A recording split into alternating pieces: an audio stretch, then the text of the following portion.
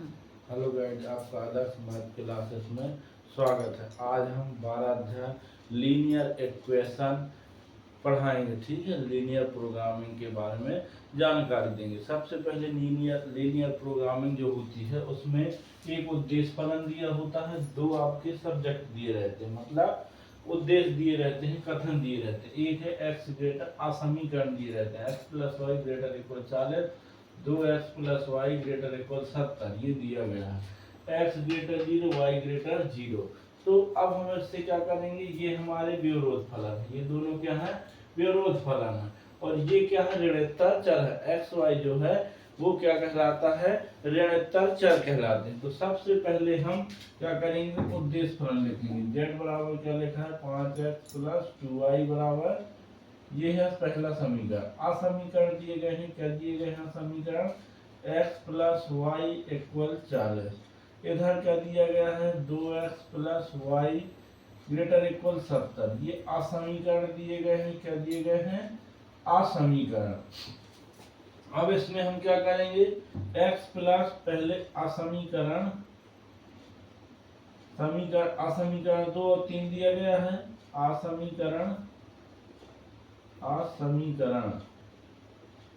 2 से क्या बना लेंगे, x प्लस वाई इक्वल 40। यानी असमीकरण को समीकरण बनाएंगे तो क्या मिलेगा हमें, इधर बनाएंगे x और इधर बनाएंगे y। जब x बराबर 0 रखेंगे इधर तो y इक्वल क्या मिलेगा, 40। इधर y इक्वल 0 रखेंगे तो x इक्वल क्या मिलेगा, 40। ये बन गया हमारा क्या, असमीकरण नंबर 2 का। अब असमीकरण कौन सा बनाएंगे, असमीकरण 3 से। किससे, असमीकरण 3 से। अब इसमें क्या करेंगे, 2x प्लस वाई इक्वल 70 कर लेंगे। अब क्या होगा हमारा, इधर से इसका भी बनाएंगे तो क्या बनेगा हमारा, 2 इधर x रख देंगे, इधर y रख देंगे। तो x का मान कितना रखना है सब समीकरण में, x इक्वल 0, y इक्वल 70 मिला, y का मान क्या मिलेगा, 70। जब x का मान 0 रखेंगे तो y का मान 0 रखा तो x का क्या मिला, 35। ये मिल गया हमारा असमीकरण। अब इसके बाद इन दोनों समीकरणों को क्या करेंगे, इन असमीकरणों को हल करेंगे। क्या करेंगे, समीकरण 2 व 3 को हल करने पर, इसमें कितने का गुणा कर लें, हल करने पर,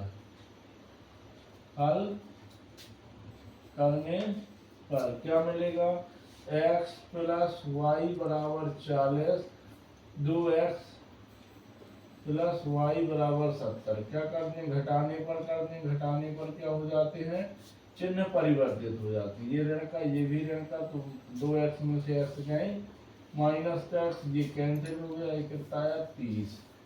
तो x इक्वल क्या बना, माइनस का 30, प्लस का 30 हो जाएगा, माइनस माइनस। अब ये x का मान कहाँ रख दें, x का मान समीकरण 1 में, समीकरण 2 में रखने पर क्या मिलेगा, रखने पर इधर रख दें इस वाले में, तो 30 प्लस वाई बराबर क्या मिला, 40।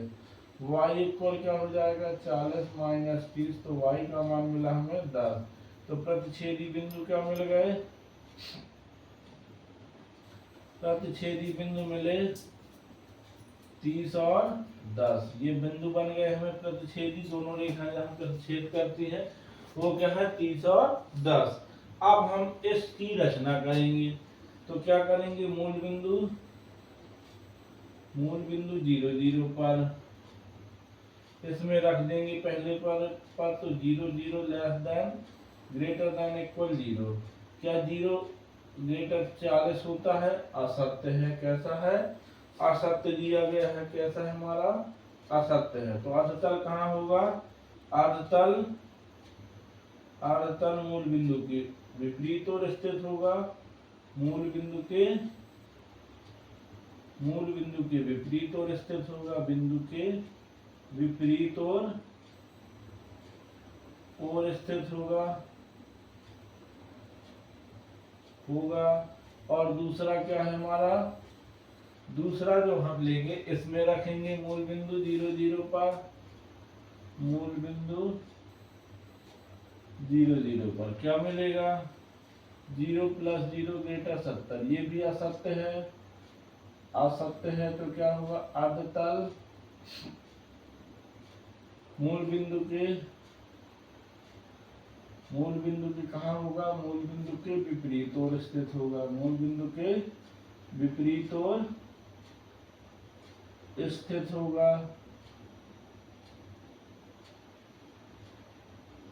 ये बन गए दोनों। अब हम इससे क्या करेंगे, ग्राफ बनाएंगे। किसकी रचना करेंगे, ग्राफ की। तो ग्राफ कैसा बनेगा हमारा, यहाँ पे हम जो ग्राफ बनाएंगे, एक साइड हम x अक्ष लिखेंगे, एक साइड y अक्ष, और यहाँ पे जो मान है हमारा वो हम इसको जो x की वैल्यू है हमारी वो x इक्वल कर लेंगे 10 सेंटीमीटर। x की वैल्यू क्या कर देंगे, 1 सेंटीमीटर, पैमाना ले लेंगे हम, पैमाना क्या लेंगे, 1 सेंटीमीटर बराबर 10 सेंटीमीटर, ठीक है।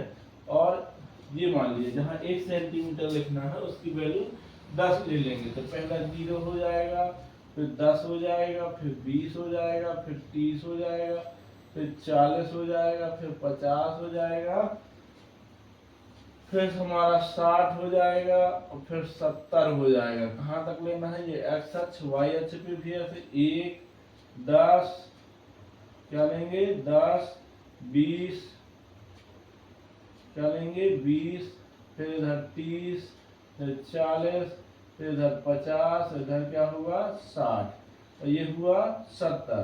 तो अब पहली वैल्यू क्या हमारी, x = 0 so y = 40, 40 ये है, इधर y की वैल्यू कितनी है 40, ये 40 हुआ। तो पहला क्या बना हमारा, ये वाला।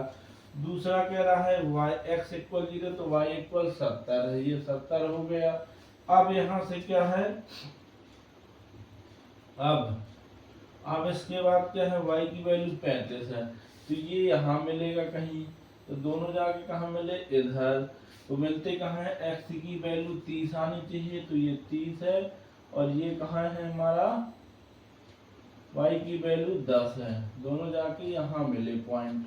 अब इनके संभाव्य क्षेत्र देखेंगे, घेर रहे हैं या नहीं घेर रहे हैं। तो पहला हमारा मान क्या है, पहला भी असत्य है, ये भी असत्य है, तो इसकी कंघी क्या होगी, 40 वाले की बाहर की ओर, ये भी बाहर की ओर होगी, और ये भी बाहर की ओर होगी, दोनों कैसे होंगे, बाहर की ओर। तो क्या बनेगा, कोई संभाव्य क्षेत्र नहीं बनेगा। क्या नहीं बनेगा, इसका कोई भी संभाव्य क्षेत्र नहीं बनेगा। तो खाली हम कहाँ निकालेंगे, जो पॉइंट बनेगा हमारा वो हम कहाँ निकालेंगे, इस पॉइंट पे। इस पॉइंट पे जो हमारे प्रच्छेद बिंदु दोनों रेखाएं प्रच्छेद कर रही हैं वो क्या बना हमारा, 30 और 10। इस बिंदु को हम कहाँ रख देंगे, कोणीय बिंदु। कोणीय बिंदु क्या बना हमारा, कोणीय बिंदु क्या बना हमारा, बिंदु 30 10 पर क्या बनेगा, z बराबर, इधर z में रख देंगे 5 × 30 कर लेंगे, और प्लस 10 2 × 10 कर लेंगे, तो क्या बनेगा, z बराबर 150 + 20। तो कितना है z का अधिकतम मान, z बराबर 170। कोई भी संभाव्य क्षेत्र नहीं होगा क्योंकि कहीं भी वो कट नहीं कर रहा। तो इस प्रकार इन सवालों को लगाना है। जो भी हमारे व्यवरोध फलन है, सबसे पहले व्यवरोध फलन में हम x की y की वैल्यू निकालते हैं, उनके द्वारा एक रेखीय समीकरण बनाते हैं, और फिर वहां पे x y की वैल्यू निकालकर यदि ये हमारा अधतल सत्य है, जो हमने मूल बिंदु पर देखा, यदि वो सत्य हो जाता है 0 0, तो वह अधतल मूल बिंदु की ओर स्थित होता है, यानी कंघी कहाँ करेंगे, अंदर की ओर, और यदि असत्य हो जाता है तो बाहर की ओर। दोनों ये जो संभाव्य क्षेत्र बना है, ये कंघियां कहाँ है, दोनों बाहर की ओर हैं, तो कोई भी संभाव्य क्षेत्र नहीं है। इस स्थिति में हम खाली जहां पर प्रतिच्छेद कर रहे हैं उसी बिंदु पर हम कोणीय बिंदु निकालेंगे, बाकी कोई संभाव्य क्षेत्र नहीं बन रहा था इसलिए उसको नहीं लेंगे। इस प्रकार ये क्वेश्चन कंप्लीट हुआ। कोई भी समस्या हो इस क्वेश्चन में तो बताइए आप।